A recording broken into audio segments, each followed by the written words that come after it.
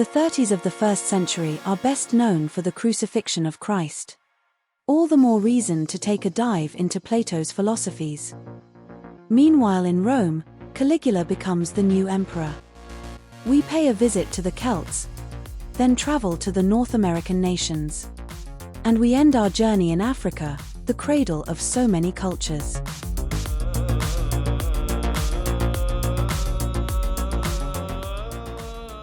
From 6 AD, Palestine was a Roman province, governed by a Roman prefect, along with local Jewish leaders. Pontius Pilate was particularly harsh and insensitive to Jewish traditions. A group of uncompromising Jewish rebels, called the Zealots, opposed his administration and its collection of taxes. As a punishment for such rebellion against the state, crucifixion was standard practice in the Roman Empire. The language that the historical Jesus spoke is believed to be Aramaic. He himself left nothing in writing though, and it wasn't until 70 AD that the first Gospels appeared.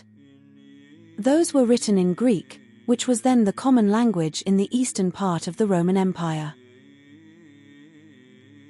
Even though Jesus and his followers may have resisted this Greek cultural influence, it certainly favored the rise of Christianity and has remained a strong presence.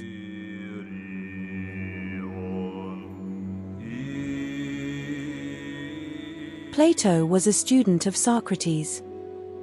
In 387 AD he founded the Academia, an institution for science, philosophy, and higher education.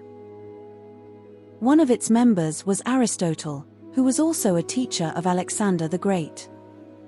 This Macedonian king would go on to conquer Persia and parts of India.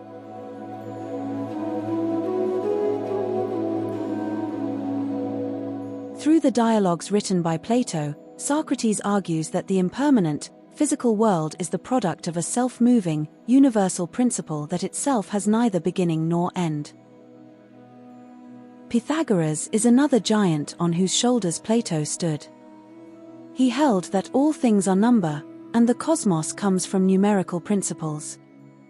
Thus, the vision emerged of a perfect, intangible mathematical world underlying the superficial and chaotic day-to-day reality. Imagine a cave with prisoners chained in such a way that they can only see the wall in front of them. All that the prisoners perceive in their lives are the shadows and echoes of the reality that takes place outside their view. If a prisoner were to be led out of the cave into the light, it would take some time before he could make sense of what he was seeing. Once accustomed to this brightness, upon returning to the cave, the darkness would once again blind him for a while. And no one there would be able to understand him. When it comes to the soul, Plato paints the image of a chariot pulled by two horses. The charioteer represents the mind, or logos, which is located in the head. One horse represents the spirit, located in the chest. The other represents the lusts and desires that originate from the belly. The soul itself is indestructible and continues its never-ending cycle of reincarnation. The image of a chariot reminds us of Krishna, Arjuna's charioteer whom we met in the previous episode. The same picture is indeed painted in various Hindu texts dating back to the 5th century BC. Know the Atman as the lord of the chariot, and the body as the chariot. Know also intelligence as the driver. Know the mind as the reins. The senses are called the horses. The objects which they perceive are their paths. Around 600 BC the Athenian democracy was founded by the great poet Solon. By law, he divided the citizenry into 4 social classes, not based on descent but on wealth and income. Slaves and people from outside Athens were excluded. Women were also not allowed to participate in this democracy, but all the others were expected to actively engage in a court or institution. Plato was not a big fan of democracy. The way he sees it, it's like being ruled by the belly rather than the intellect. He specifically warned against politicians who gather a personal guard around them, for this already begins the establishment of their tyranny. In his story about the mythical empire of Atlantis, Plato gives us his vision of what an ideal, utopian society should look like. To this day, his account has remained enormously influential.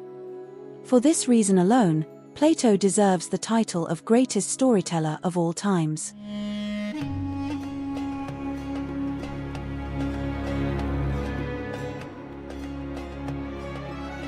Emperor Tiberius had not been seen in Rome since 27 AD. Perhaps to avoid his mother Livia, who played a central role in politics and state affairs. Even when Livia died in 29 AD, Tiberius stayed in Capri on the pretext of being too busy. Meanwhile, he left the administration to his friend Sejanus, the leader of the Praetorian Guard. Since the time of Sulla, no weapons had been allowed to carry in the city of Rome. Even the army camped and practiced on the field of Mars outside the city. To have a permanent bodyguard anyway, Augustus created a new elite unit called the Praetorian Guard. Plato's concerns once again proved justified, for under Sejanus it quickly evolved from guardians of the divine into the strong arm of government that would go on to determine the rise and fall of emperors to come. It wasn't until 312 AD that the Praetorian Guard was finally disbanded and their barracks at the Castra Praetoria destroyed. Eventually, even Tiberius lost his confidence in Sejanus, and he and his entourage were executed in 31 AD. Macro, who would become the new head of the Praetorian Guard, served as Tiberius' instrument of judgment. Together they led a true reign of terror until Tiberius' death in 37 AD. What role the ambitious Macro had in Tiberius' death is unclear. All we know is that he had already prepared Caligula to become the new emperor.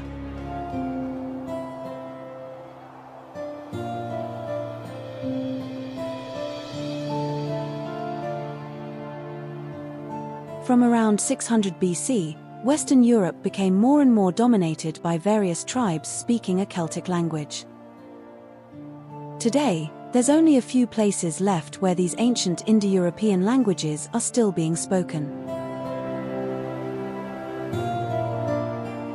The Gauls, as they were known by the Romans, were famous for their craftsmanship and metalwork. They were also feared for their terrifying war tactics and weaponry. This led the Romans to innovate and use plywood to produce shields that could withstand the large Celtic swords.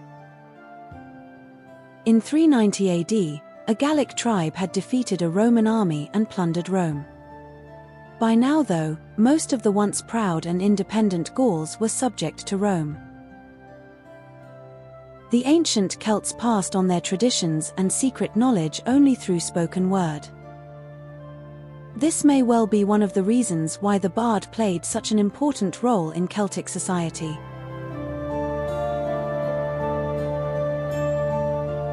There was a wide variety of elves, fairies, gods, and goddesses, with each region adding its own flavor to the pantheon. There were sacred lakes and springs, as well as holy places such as ancient, megalithic monuments, even if the Celts were not the ones who built them.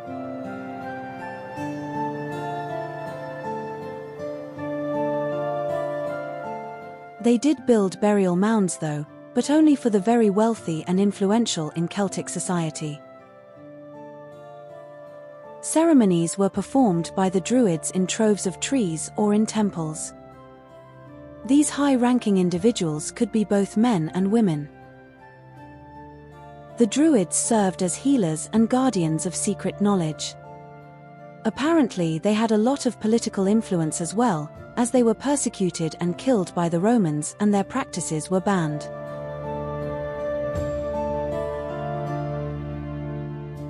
Belenus was a widely worshipped healing god. The Romans identified him with Apollo, as his name suggests a connection with henbane, known in Celtic as Belenuntia. This plant possesses psychoactive properties and was one of the ingredients of a potent brew. Known as Herba Apollinaris, it was also used by the Greek priestesses of Apollo to yield their famous oracles.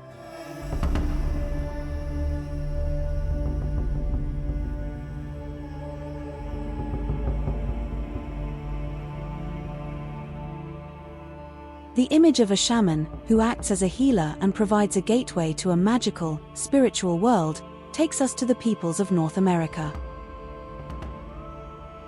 There, we find a huge variety of tribes and nations, each with their own traditions.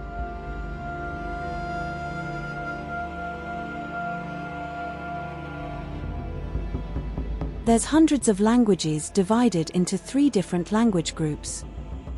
As to the use of writing, the Maya were the only ones who had a fully developed writing system. To communicate with each other anyway, a sign language was developed that is still in use today.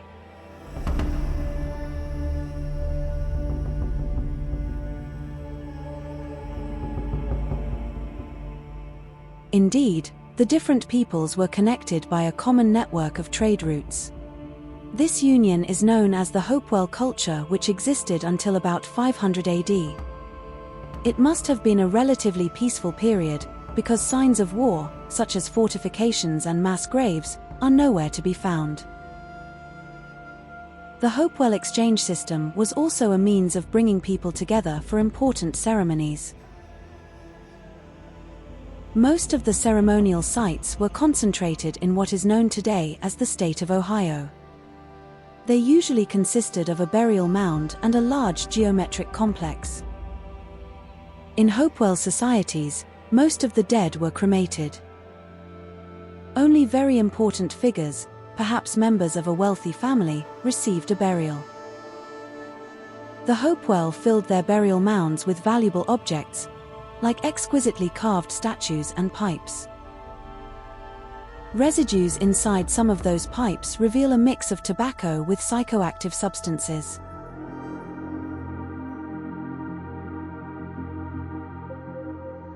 If we would go back another 10,000 years or so, to the turbulent times when the Ice Ages ended, we find a widespread culture known today as the Clovis people. But a catastrophic comet impact that hit North America during that period had completely wiped them out. Many large mammals such as the mammoth, saber-toothed tiger and giant sloth also became extinct. In Plato's account of Atlantis that we mentioned earlier, he placed the sinking of this great city in 9600 BC, almost exactly the same era. Is that just a coincidence? All we know for certain is that Plato referred to the ancient knowledge of Egyptian priests as the source for his narrative.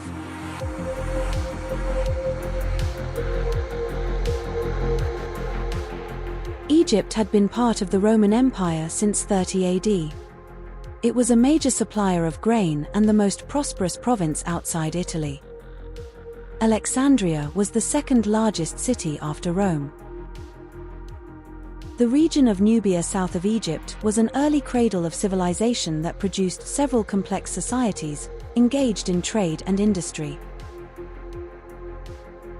Long overshadowed by its more prominent Egyptian neighbor, it has now become clear that the ancient kingdom of Kush was an advanced civilization in its own right. The Kushites had their own language and writing, and flourishing urban societies emerged. Especially remarkable is the unusually high participation of women in these communities.